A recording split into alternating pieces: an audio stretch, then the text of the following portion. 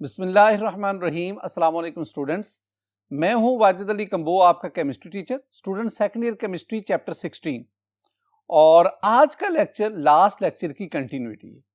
आज के इस लेक्चर में हम कंपोनेंट्स ऑफ द एनवायरनमेंट, जिसमें हम लिथोस्फीयर और बायोस्फीयर इसको स्टडी करें। तो ये हम आगाज करते हैं। My dear student, last lecture में हमने components of the environment study की। उनमें हमने कहा कि there are 4 components of the environment, जिसमें आपके पास है एटमॉस्फेयर है, हाइड्रोस्फीयर है और लिथोस्फीयर है and biosphere.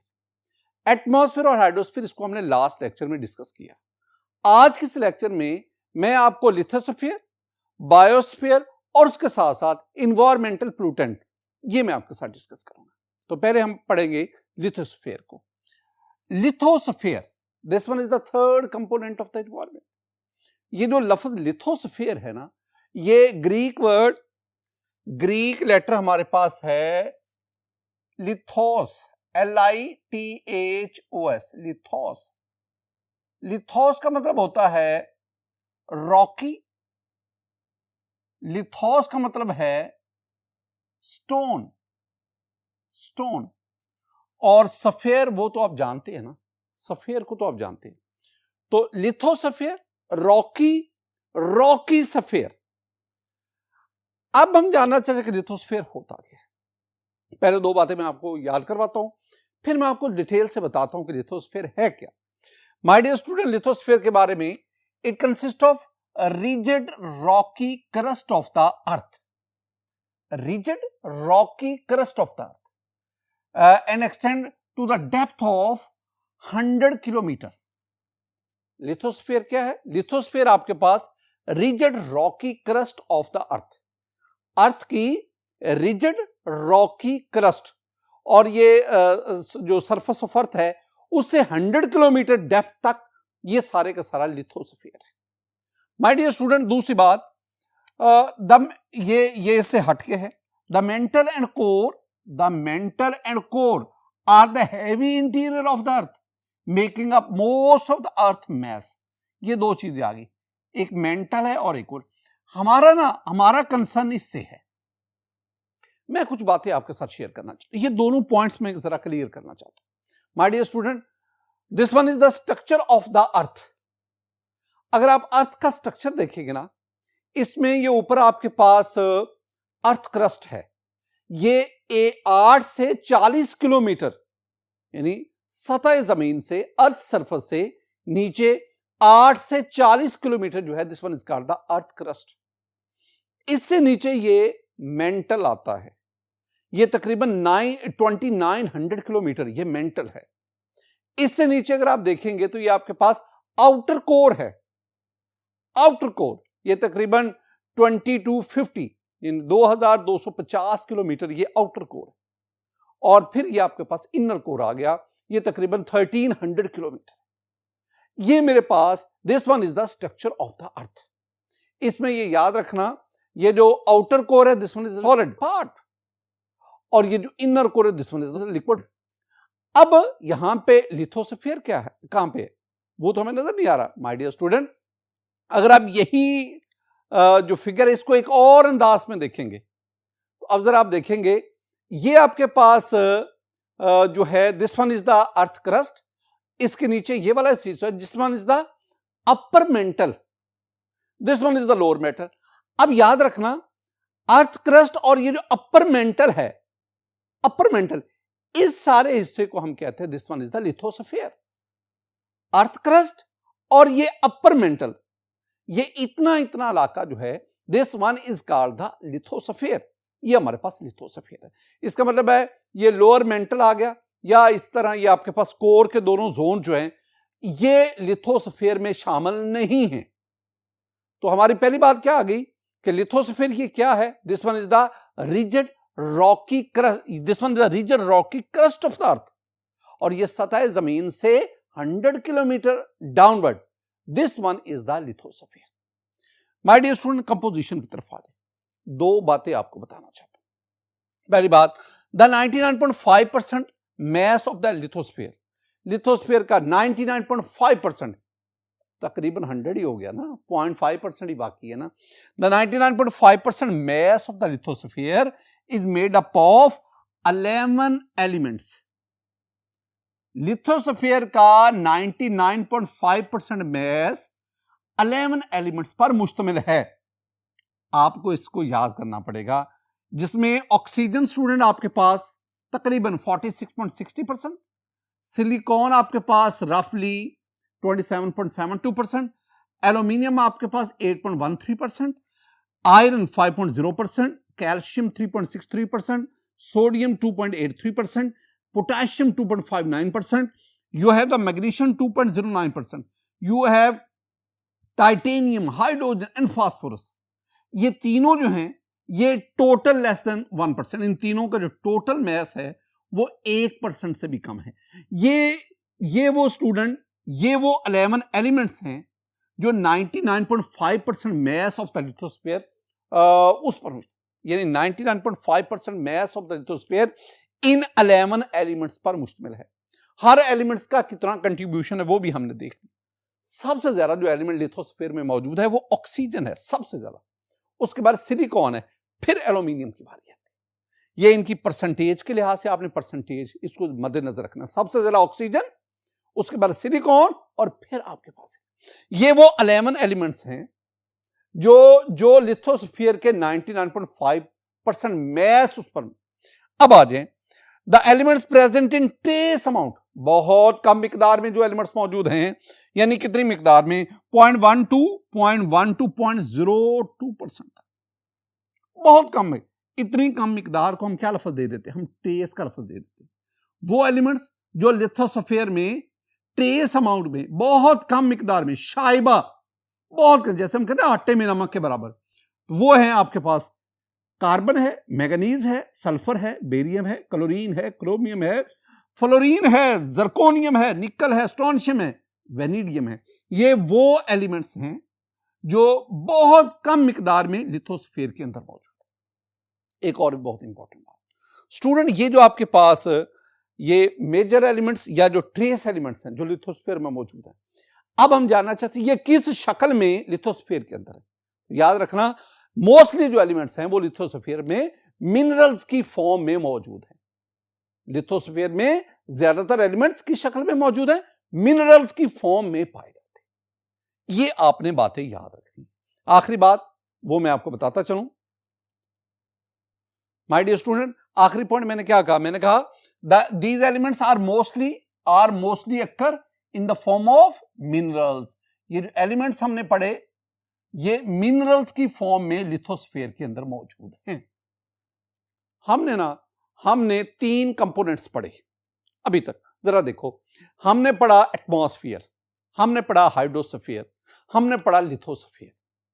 Atmosphere air, hydrosphere water, and we have the lithosphere, this one is rock, stone. ये 3 चीजें हमने पढ़ी। अब कंपोनेंट ऑफ द एनवायरमेंट, चौथा very important, and that is the biosphere, that is the ecosphere. Biosphere कह लें या ecosphere कह लें।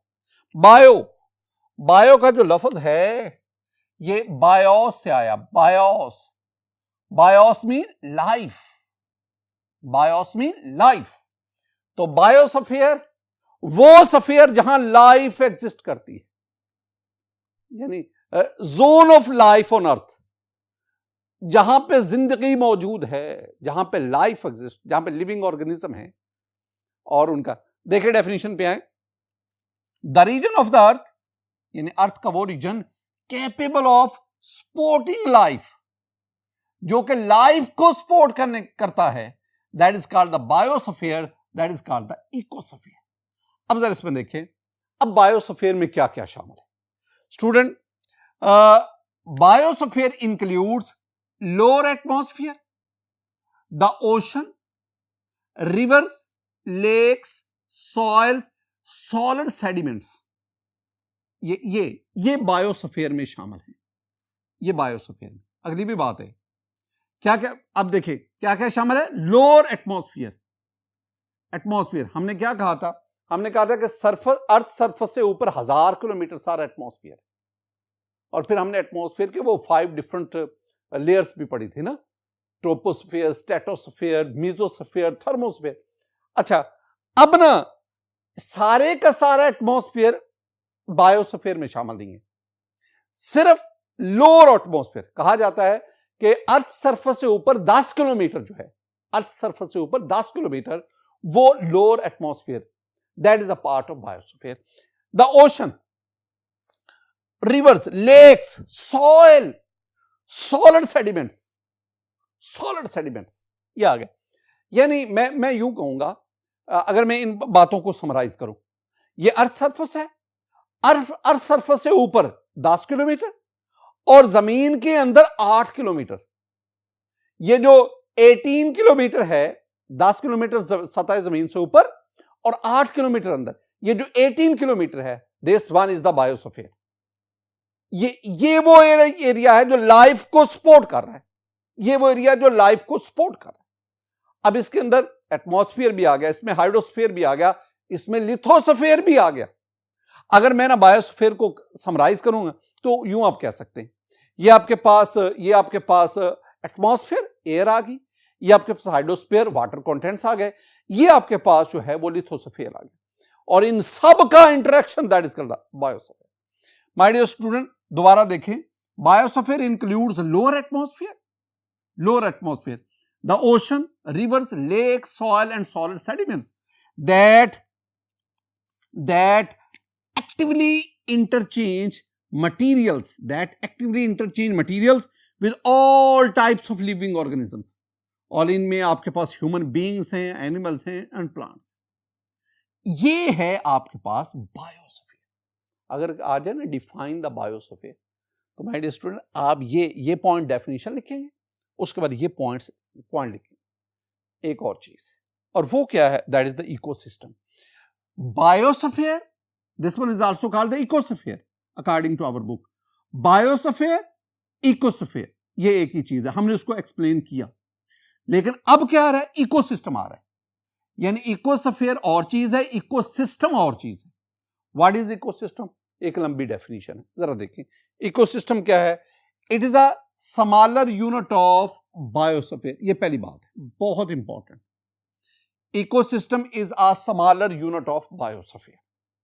मैं इतनी बात जरा आपको समझाना चाहता हूं, फिर हम या बाकी चीजें भी देखेंगे। वो जब आप समझ जाएंगे तो बाकी पॉइंट्स आप तक कन्वे करना मेरे लिए आसान हो जाएगा। देखो my dear student, this one is the biosphere. ये सारा बायोस्फीयर। मैं इस बायोस्फीयर का ना ये छोटा सा हिस्सा ले लेता हूं। अब आप इस हिस्से में देखेंगे ना, इस हिस्से में हर चीज आपके पास है। आपके पास एनिमल्स भी हैं, आपके पास प्लांट्स भी हैं, आपके पास इसमें देखेंगे तो इसमें हर किस्म का फंजाई है आपके पास, यहाँ एल्गी आपके पास है, डिफरेंट टाइप्स के प्लांट्स हैं, यहाँ आपके पास वाटर है, यहाँ आपके पास सनलाइट है, यहाँ आपके पास एयर है, एवरीथिंग इज हियर। अब ना ये तमाम चीजें, इसमें कुछ बायोटिक हैं, कुछ एबायोटिक हैं, कुछ लिविंग है, कुछ नॉन लिविंग है। अब ये सारे आपस में इंटरेक्ट कर रहे हैं, सारे आपस में interchange of material, exchange of material हो रहा है। अब ये सारे मिलकर एक सिस्टम बना रहे हैं, ये एक सिस्टम बना रहे हैं। अब बायोस्फीयर, वो तो ये सारे का सारा पूरी जमीन के ऊपर, जमीन के अंदर सारे का सारा बायोस्फीयर है। जहां पे लाइफ एग्जिस्ट करती है वो सारी की सारी बायोस्फीयर। लेकिन ये उस बायोस्फीयर का एक छोटा सा यूनिट है जिसमें ये लिविंग नॉन लिविंग आपस में इंटरेक्ट कर रहे हैं। सूरज की रोशनी है, हवा में कार्बन डाइऑक्साइड्स है, उससे प्लांट का फोटोसिंथेसिस के लिए ग्लूकोज बना रहे हैं, ऑक्सीजन बना रहे हैं। वही ऑक्सीजन रेस्पिरेशन में इस्तेमाल हो रही, वही जो ग्लूकोज मुख्तलिफ शक्लों में बॉडी के अंदर कंज्यूम होता जा रहा है। ये सारा एक system, this one is called the ecosystem. तो ecosystem is a smaller unit of biosphere. Biosphere उसका छोटा सा ये हिस्सा क्या कहलाता है, this one is the ecosystem. अब देखें, पहली बात, इकोसिस्टम में क्या काम है? It is the smaller unit of biosphere. Biosphere का एक छोटा सा हिस्सा which consist of community of organisms and they are interaction with, एक ऑर्गेनिजम्स की कम्युनिटी ऑफ ऑर्गेनिजम्स और फिर उनका इंटरेक्शन किसके साथ? इंटरेक्शन विद इन्वायरमेंट के साथ, यानी उनका एनिमल्स के साथ, प्लांट्स के साथ, माइक्रो ऑर्गेनिज्म के साथ, विच लाई इन अ डेफिनेट जोन, जो उस जोन में मौजूद हैं, and depend on the physical factor such as soil, water and air.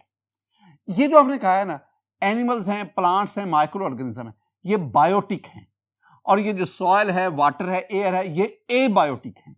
इनका आपस में इंटरेक्शन और वो जो जोन है, एक डेफिनेट जोन है, that constitute the ecosystem. My dear student, अक्सर आपसे क्वेश्चन भी पूछा जाता है, differentiate between biosphere and ecosystem.